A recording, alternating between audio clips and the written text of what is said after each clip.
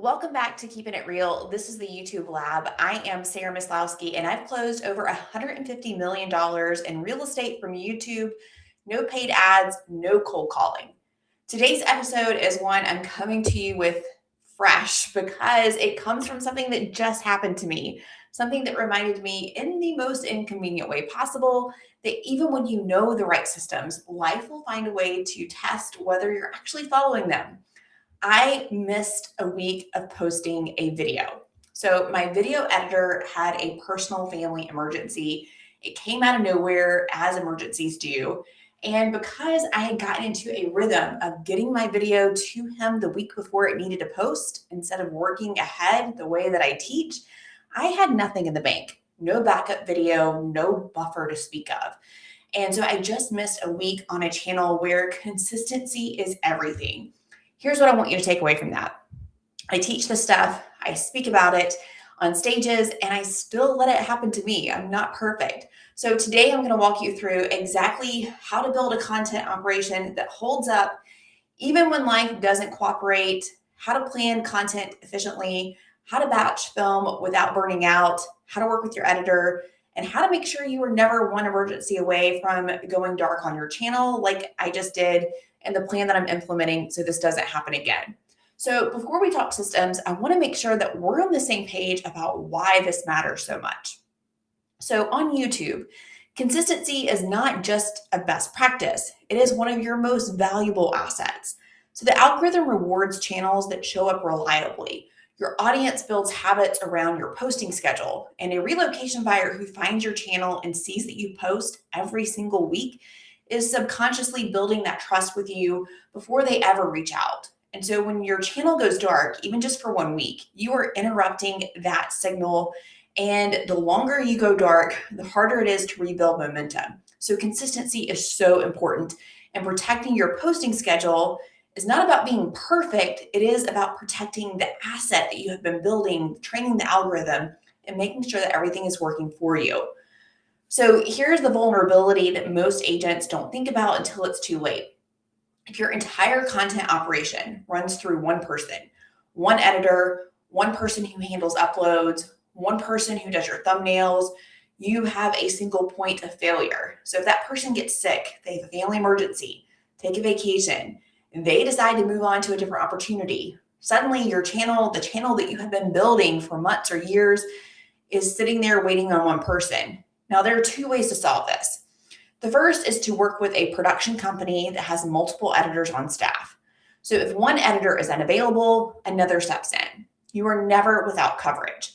The trade-off, though, is that you give up the consistency of working with one person who knows your style deeply. Now, some of these companies will assign you one editor so that you won't have this problem.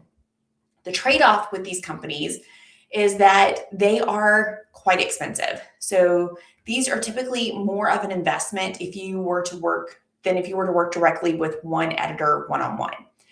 But the advantage is that you have someone else that has accountability, a built-in team, tons of leverage. The second option, and what I'm now actively putting in place, is finding a backup editor identified and having that person ready. Someone you have already vetted, already briefed on your style, who can step in when your primary editor is unavailable. You may never need them most months, but when you do need them, you already have someone identified.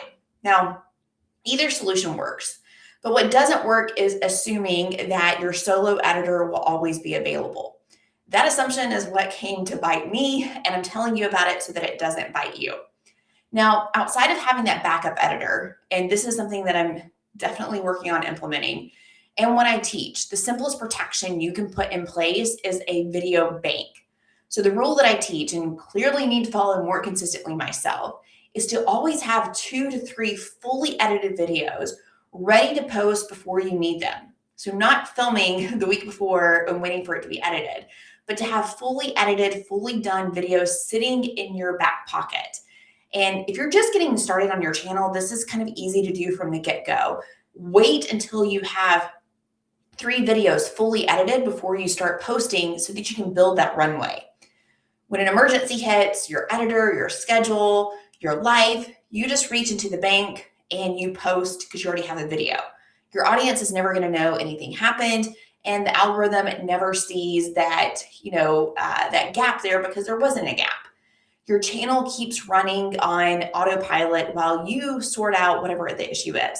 And the result is that your video runway or bank now has one less video that you need to double up on and to refill it.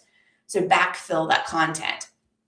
So what about when it comes to content planning? So one of the most important things that I have learned about sustaining a YouTube channel long-term is this: content planning and content filming are two completely different mental tasks, and they should never happen on the same day. Planning requires research, thinking creatively, and strategy. And then filming requires energy and presence and performance. And trying to do both back to back, for me, anyways, is exhausting and overwhelming. And the quality of both suffers when you try to cram them together. So here's my rhythm: it is a 2-week rotating cycle. 1 week is dedicated to content planning, the following week is dedicated to filming. I keep a standing content block on my calendar for both so that neither ever gets squeezed out by a busy real estate week. When it comes to deciding what to actually make videos about, I teach a 4-bucket content system to every agent that I work with. And the idea is simple: you have 4 content categories that you rotate through week by week. Each week's video comes from the next bucket in the rotation. And this does 2 things for you. It ensures that you never make 2 similar videos back to back, which would feel repetitive to your audience. And it gives the YouTube algorithm time to understand what each type of video is about before you publish another one like it. It also solves the blank page problem. When it's planning week, you already know which bucket you're pulling from, so you're not starting from scratch wondering what to make. You're just making that decision within a defined category, which is a much, much smaller and faster decision. So once I know the topic, I time block 1 hour per video for the planning process. And in that hour, I am researching the topic, utilizing AI tools to help shape the script and sharpen the title, and getting the script to a place where I can film confidently from it. I script my videos fully and use a teleprompter when I film. Now, I know that that's not everyone's preference. Some agents prefer bullet points or speaking off the cuff, and you should definitely do whatever allows you to show up most naturally on camera. For me, a full script means I know exactly what I'm going to say, I don't ramble, and the editing process is cleaner and faster. Sometimes I plan both videos in one sitting. Sometimes I split them across 2 days, depending upon how the week looks and honestly, mentally, how I'm feeling. The point is that the planning block is protected on my calendar either way, and the hour per video is a realistic and manageable commitment. A lot of people talk about batch filming as if you should sit down and film an entire month's worth of content in a single day. Now, that may work for some content creators. I have found that for most real estate agents who are also running an actual real estate business, that is not sustainable at all or realistic. My sweet spot is 2 videos at a time, filmed on the same day during my filming week. 2 videos is enough to stay ahead. It is manageable in a single content block, and it keeps your energy up for both videos instead of running out of steam by video 4. Now, if you cannot do 2 videos in one sitting, just film one. One video filmed and in the pipeline is definitely better than no video because you were waiting until you had a full day to batch film. So find the version of this that you can actually stick to and protect that block on your calendar every single week. For me, the best system is week 1, I'm content planning during my time block, 1 hour per video. I'm researching, using those AI tools, getting the video planned.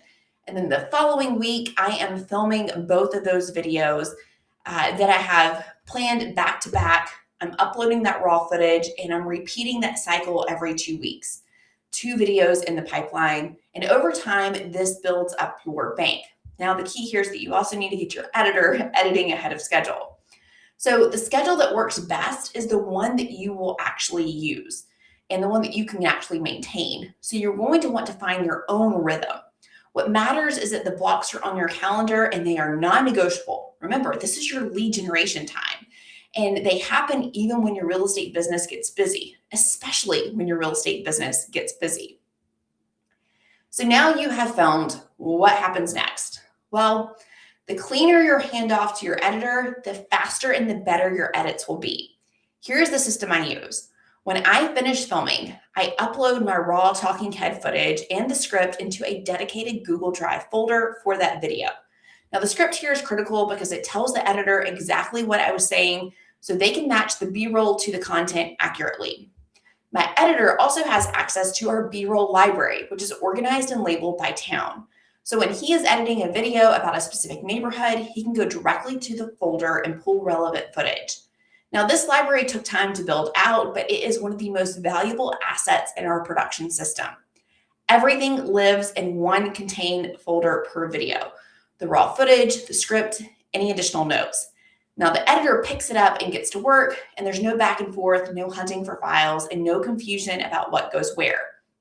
Now, if you are just beginning this relationship, the process may look a little different, and that is completely normal. In the early days, I did not have a B-roll library that my editor knew how to navigate. They are not in my town where I live, so they didn't know particular areas. So I did that part myself. I would go through my B-roll footage, pull the specific clips I wanted used in the video, put shortcuts to those clips in the Google Drive folder, and hand the whole folder to the editor. Everything they needed was right there: the talking head footage, script, and the exact B-roll clips I had already selected. Now, this is more work up front, but it is a much smoother experience for a new editor that you're working with who's still learning your style and your market. And over time, as they get to know your content and your B-roll library, you can hand off more and more of that responsibility to them until they are pulling B-roll independently. So the relationship with your editor gets easier the longer you work together. Invest in building it well from the start. My personal target is always to be 2 weeks ahead, and that means the video posting this week was filmed and edited at least 2 weeks ago. Now, again, the key that I've learned here is edited at least 2 weeks ago. So you can be ahead on your filming schedule, but you also need to ensure that your editor is ahead on the editing schedule. So the video posting next week is already done. And when you are 2 weeks ahead, that single emergency that I experienced, having an editor issue or a busy week in real estate, or unexpected life event, it does not automatically mean that you have to miss a week of posting. You have that runway. You have breathing room. And that breathing room is what separates a channel that survives the messy parts of life from one that goes quiet the moment things get hard. Now, I want to close with this. I shared the editor story at the top of this episode, definitely not because it makes me look good. It doesn't. But because I think the most useful thing that I can do for you is be honest about where I fell short of my own standards. I know the right systems, I teach the right systems, and still I got comfortable and stopped following them. The good news is that the fix is not complicated. So separate your planning from your filming, protect both time blocks on your calendar, film 2 videos at a time, build your video bank, identify a backup editor before you need one, and always try to work 2 weeks ahead.